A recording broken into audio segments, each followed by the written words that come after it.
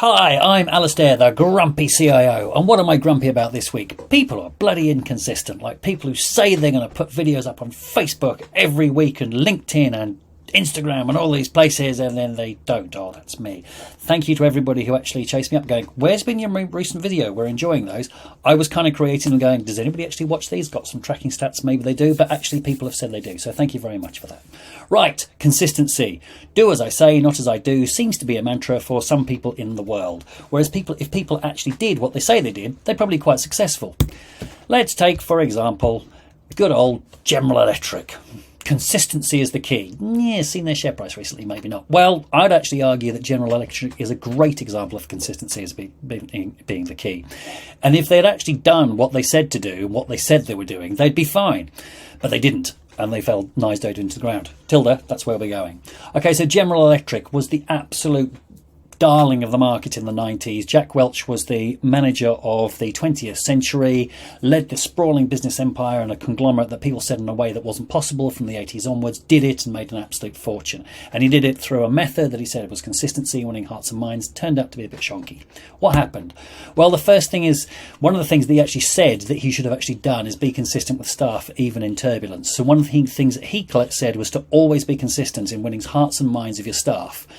And always be consistent in what the goals are every year. The goals don't actually change that much every year. You have pivots, you have little jinks as you're tacking along, but even when you're pivoting and tacking along, very important for small businesses, staff still kind of know where the goal is, even if you've kind of done a little bit of a tack as you're going the way there. What you kind of is people like in this picture up here, all shouting at each other, go, worried about their jobs, worries not what's happening.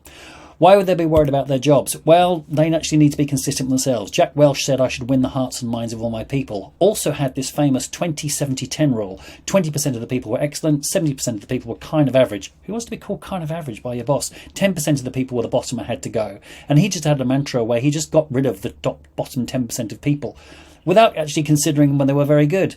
I lived through one of these experiences in Westpac in 2001, where literally we went through and dropped to the bottom 5% of people, and they just got, people had to go and be graded, and the bottom 5% had to just be cut. Some of them were in teams where there were only 5 people, and they were all really good, and they were doing something really hard. It just absolutely doesn't work. So if you actually did what they said they did to actually be consistent, win hearts and minds of your staff, actually have that overthink, then it's important. There have been a lot of turbulent times this year. Be honest all the way through. It's sometimes really hard. They're hard conversations. Bloody hate them. But like all the way through, actually sit there and actually tell people the bad news, because even when you don't want to. Do your best to do what you say, which probably doesn't involve laying off 250,000 people, which is the amount of people that Jack Welch was famous for having throughout his lifetime. And there's now a book about him having been the darling of the market. He's now the man who gutted and crushed the soul of corporate America, according to David Gels. So if he'd simply done what he said he'd done, they wouldn't have had the problems. You have Kidder and Peabody in the which they were famous for having bought and said, I don't understand the culture of this thing, and they had to write it off basically in 1994, although they did actually make that investment back in 2020 and then some, because they retained a share in the business that they had actually sold it onto.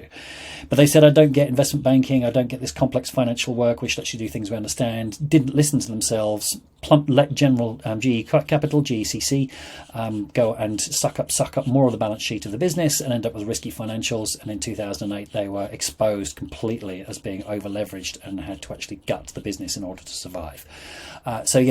Do as you say. Don't be one of these people that are do as they say, don't do as they do, or whatever the way around that goes. Yeah, do as you say you're going to do. And usually you said it for the first reason that it was a good idea. Thank you for watching. I'm Alistair, the GrumpyCIO of Shipshape.vc. We help you find the money you need. We're a free investor search engine. You just come to us. They're investors. They're going to get your business. It's free. Come and log on. Cheers all.